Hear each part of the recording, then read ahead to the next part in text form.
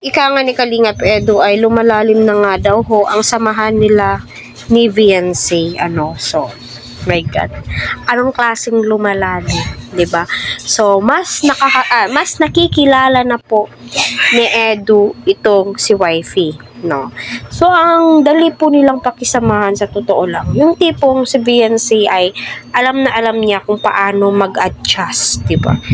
At yun din po si Kalingap Edu, yung tipong kaya po nilang timplahin yung ugali ng bawat isa. Alam po nilang mag-control. Yung tipong sa totoo lang, hindi ka po ma-out of place sa kanila basta sila yung makakasama mo.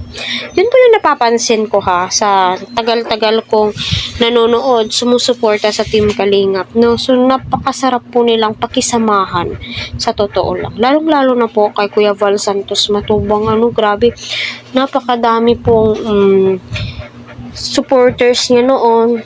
Kita nyo naman po, no? Ang dami na po sila, may mga quarters na po sila, 'di ba, no? Ang buti nila. So, diyan mo masasabi ito na napakabuti po nilang tao. Yung tipong handa po silang tumulong sa mga nasasakupan po nila. Kaya give and take lamang po So, ayun na nga po, no?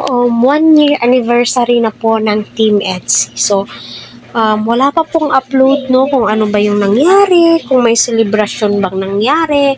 Kasi sa live ni Kalingap JJ, sinabi niya doon na happy first anniversary EDSI.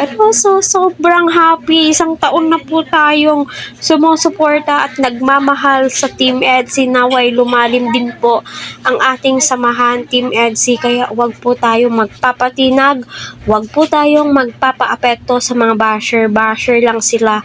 Tayo supporters, nagmamahal at handang ipaglaban ang EDSI, at as long as nakikita natin na ipinaglalaban po nila ang sarili nila, ipinaglalaban ni Edu ang EDSI, pinagtatanggol, pinoprotektahan po nila ang isa't isa. Kaya protektahan din po natin sila, protektahan po natin ang kanilang pangalan.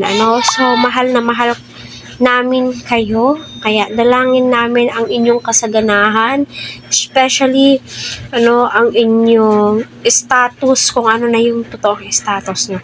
Yes, 100% lumalalim na po ang kanilang samahan, at kita naman po natin sa rehearsal, debut, kita po natin, grabe, napakabait, napakakilig, napaka-sweet. Mapapasana all ka na lamang talaga sa kanilang dalawa. So, kung ano man yung ibig sabihin ni Kalingap Edu sa lumalalim na po. So, lumalalim na ba yung pagmamahal niya kay Viancy? Sinabi po pala niya dyan na mahal kita, sana all.